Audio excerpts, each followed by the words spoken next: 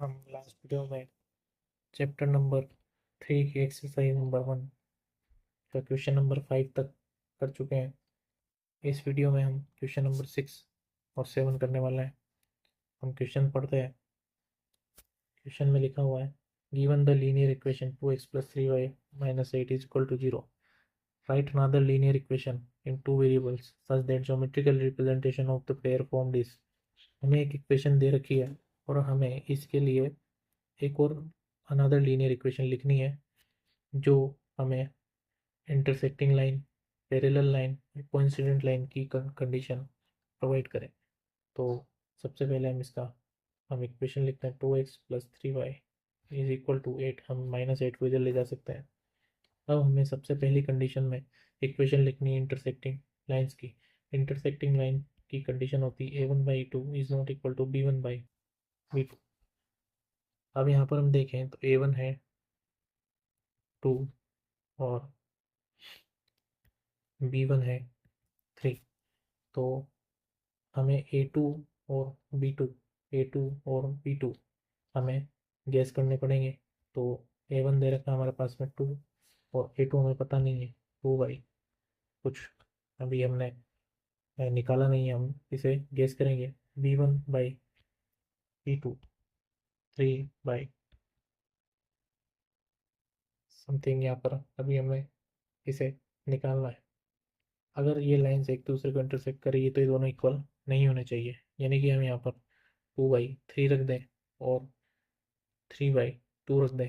तो a1/a2 is not equal to b1/b2 निकल कर आ रहा है। सिमिलरली हम c1/c2 को भी कुछ रख सकते हैं 8, और यहाँ पर लेट्स से हम कुछ भी एक नंबर रख सकते हैं, जैसे कि हमने 5 रख दिया। तो इस क्वेश्चन में जो आंसर होंगे वो काफ़ी सारे हो सकते हैं, क्योंकि a1/a2 is not equal to b1/b2 का कई नंबर पे ये कंडीशन को हो सकती है, यानी कि इसके जो आंसर आएंगे वो इनफाइनाइट आंसर पॉसिबल है, इनफाइनाइट आंसर्स पॉसिबल है। हमने उसका एक निकाला है। अगर मान लीजिए मैं यहाँ पर 3 की जगह 5 रख दूँ और यहाँ पर b2 में 2 की जगह 8 रख दूँ, तो भी a1/a2 is not equal to b1/b2 आ रहा है। यानी कि इसका एक सॉल्यूशन ये भी है, यानी कि हमें क्वेश्चन में एक इंटरसेक्टिंग लाइन जो कि 2x + 3y - 8 पर हो वो लिखने को बोला है। हम यहाँ पर कितनी भी इंटरसेक्टिंग लाइंस लिख सकते हैं, क्योंकि अगर हम इसे प्रैक्टिकली देखें तो ग्राफ पर एक लाइन यहाँ से जा रही है, इसे infinite number of lines intersect कर सकती है। कुछ भी लाइंस होगी वैसे कहीं भी किसी भी पॉइंट पर काट सकती है, यानी कि इसके आंसर्स तो इनफाइनाइट पॉसिबल है। लेकिन हमने एक आंसर निकाल लिया है जो कि है a2 = 3 और b2 = 2 और c2 = 5 पे। तो अगर हम चाहें तो इसे ऐसे लिख सकते हैं 3x + 2y + 5 = 0। ये लाइन 3x + 2y + 5 = 0 जो हमें क्वेश्चन में दिया हुआ है 2x + 3y - 8 = 0 पर इंटरसेक्ट करती नजर आएगी।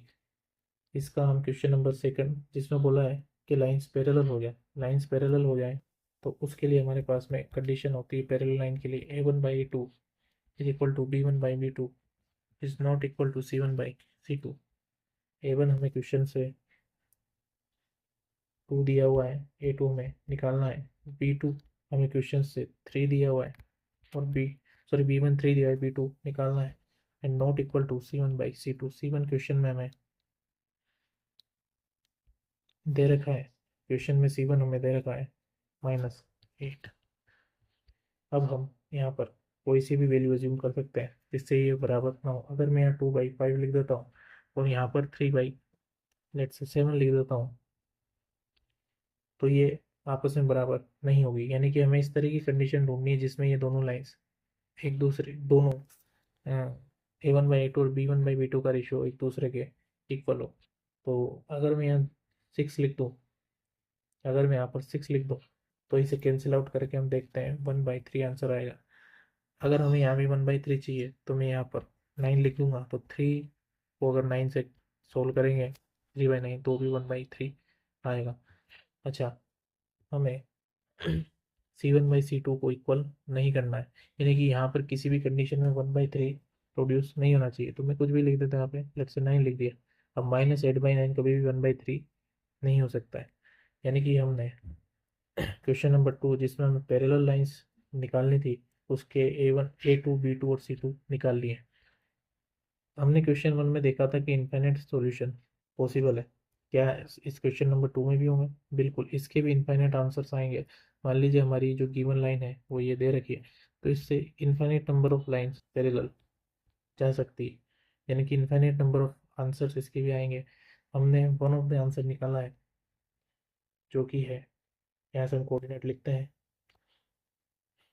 6 और 9 और 9 कोऑर्डिनेट्स लिखते हैं 6x 9y is equal to 9। ये वन ऑफ द आंसर होगा। सिमिलरली हमें कोइंसिडेंट लाइन, यानी कि लाइन एक दूसरे पर कोइंसिडेंट हो, वो पेड़ निकालना है। कोइंसिडेंट लाइन के लिए जो क्वेश्चन नंबर 3 है, इसे लिखते हैं। कोइंसिडेंट लाइन के लिए कंडीशन होती है A1/A2 is equal to B1/B2 is equal to C1/C2। हम क्वेश्चन नंबर सेकंड में A1 और A2 बराबर करके A1/A2 is equal to B1/B2 already कर चुके हैं, तो मैं उसे लिख देता हूँ एक बार, 2/6 टू 3/9। अब हमें C1 दिया हो -8, इसे कुछ ऐसा रखना होगा कि इस रेशियो के बराबर आ जाए। ये हमने सोल्व किया था, अब यहाँ पे सोल्व करके देखा था ये 1/3 इज इक्वल टू 1/3। अब C1/C2 को हम क्या करेंगे, 1/3 आ जाए, तो ऊपर अगर -8 है तो हमें नीचे नीचे क्या लिखना होगा, माइनस का 24। माइनस और माइनस कैंसिल, 8 3 24। अगर हम इसे प्लस का रखेंगे तो -1/3 आएगा, जो कि इक्वल नहीं होगा।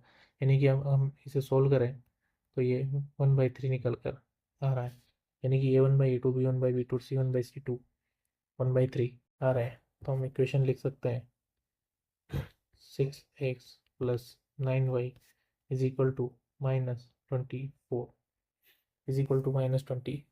अच्छा, कोइंसिडेंट लाइन हमेशा एक ही होगी, कोइंसिडेंट लाइन हमेशा एक ही होगी। लेट्स से कोई लाइन L1 है हमारे पास में क्वेश्चन में, अगर मैं चाहूँ कि उसके ऊपर कोइंसिडेंट लाइन बनाऊँ तो वो हमेशा एक ही होगी, हमेशा एक ही होगी। सिर्फ इसके कोफिशिएंट जो है बदल सकते हैं, लेकिन वो सेम रेशियो में चेंज होंगे, सेम रेशियो में चेंज होंगे, जिससे कि कोइंसिडेंट लाइन की कंडीशन यहाँ पर ब्रेक नहीं हो। अब क्वेश्चन नंबर 7 पर चलते हैं। क्वेश्चन नंबर 7,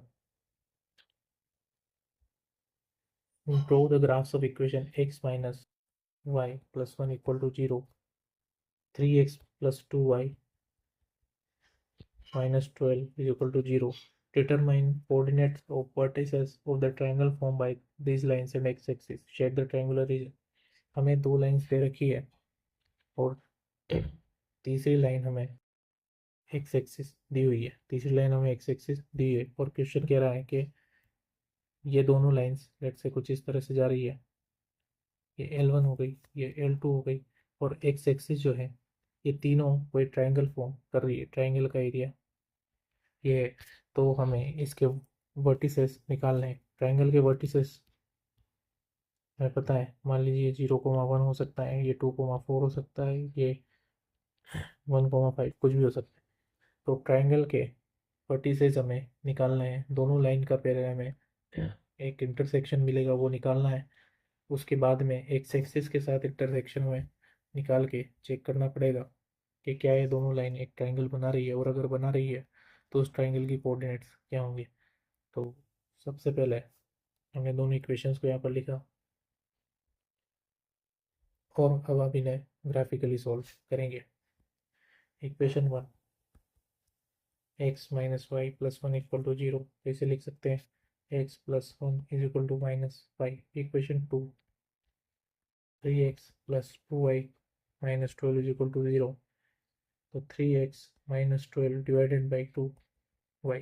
ये मैंने थोड़ा डायरेक्ट कर दिया, आपको समझना पड़ेगा। 3x और -12 इधर ही, जब y इधर जाएगा तो नेगेटिव हो जाएगा, नेगेटिव होगा तो यहाँ पर एक माइनस के साथ में -2 आएगा।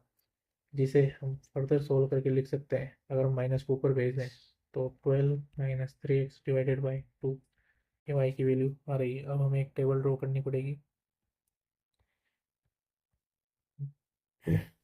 x प्लस 1, x को हम ले लेते हैं 0 तो y हो जाएगा 1, x को हम ले लेते हैं 1 तो y हो जाएगा 2।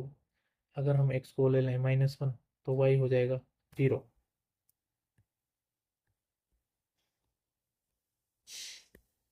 यहाँ पर भी यही करना है, x और y is equal to 12 - 3x divided by 2। हम x को रखते हैं 4 तो 12 × 3 × 4/2, 3 × 4 12, 12 - 12 0। अगर हम x को यहाँ पर रखें 0 तो 12 - 3 × 0 means 12 divided by 2 is equal to 6। और अगर हम x को यहाँ पर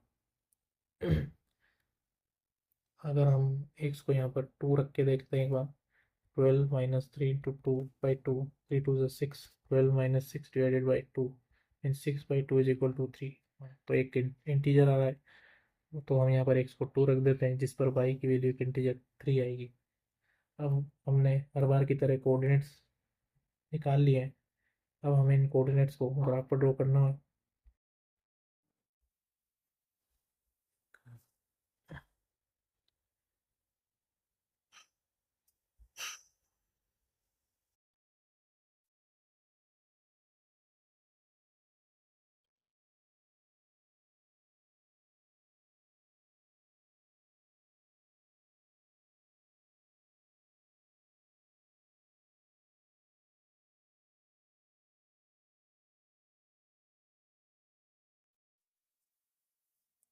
हमें 3 कोऑर्डिनेट्स मिल गए हैं। अब इन्हें हम ग्राफ पर प्लॉट करते हैं। एक्स एक्सिस इधर बना लेते हैं हम यहाँ से, एक्स और वाई कोऑर्डिनेट्स हैं हमारे पास में। कोऑर्डिनेट्स हैं हमारे पास में 0,1, 1,2 और -1,0। तो हम स्केल ले लेते हैं 1 2 3 4 5 6 7। इधर हम चले -1 -2 -3 तक, ऊपर -1 -2 ऊपर 1 2 3 4 5, नीचे -1 -2 -3। अब जो हमारे कोऑर्डिनेट्स हम ड्रॉ करते हैं 0,1 1,2 और -1,0। 0,2 y मीन्स 0 यानी कि sorry 0,2 x means 0, y means 2 यानी कि इस जगह 0,2 बनेगा। सेकंड हम देख, सॉरी हमने 0,1 लिया हुआ है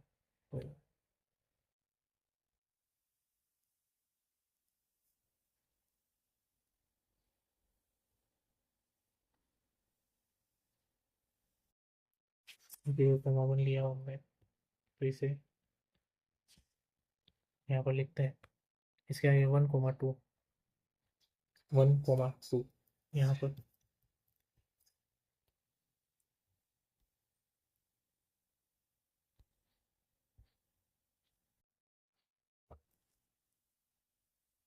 1,2 और इसके बाद में -1,0 -1,0। हम इस लाइन को कुछ इस तरह से ड्रॉ कर सकते हैं। इसके बाद में इक्वेशन नंबर 2 के कोऑर्डिनेट है 4,0 0,6 और 2,3 4,0 4,0।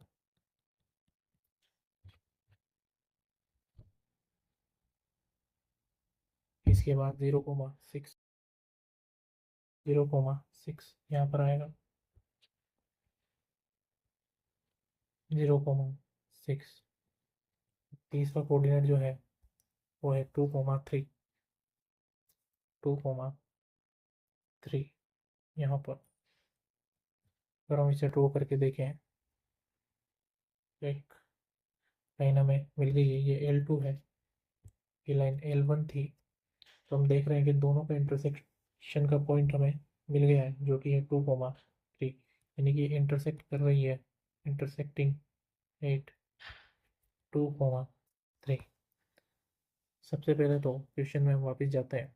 तो यहाँ पर पूछा था determine the coordinates of vertices of the triangle form by these lines and x axis, यानी कि एक ट्राइंगल का एक वर्टिसेस, इस तरह से ट्राइंगल है तो उसका एक वर्टेक्स 2,3 हमारे पास आ गया है।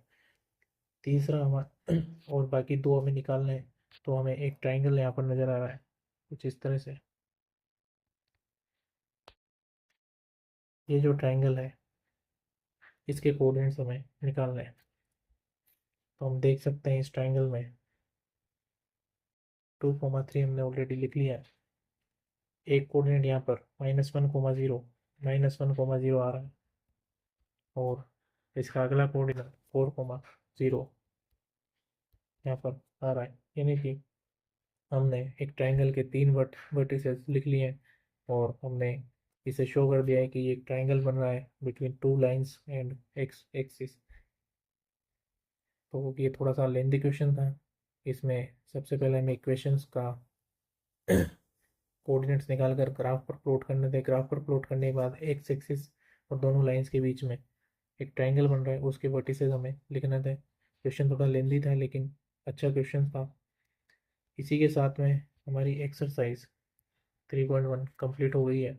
अब अगली वीडियो में हम कुछ एग्जांपल्स और फिर एक्सरसाइज 3.2 की तरफ चले जाएंगे।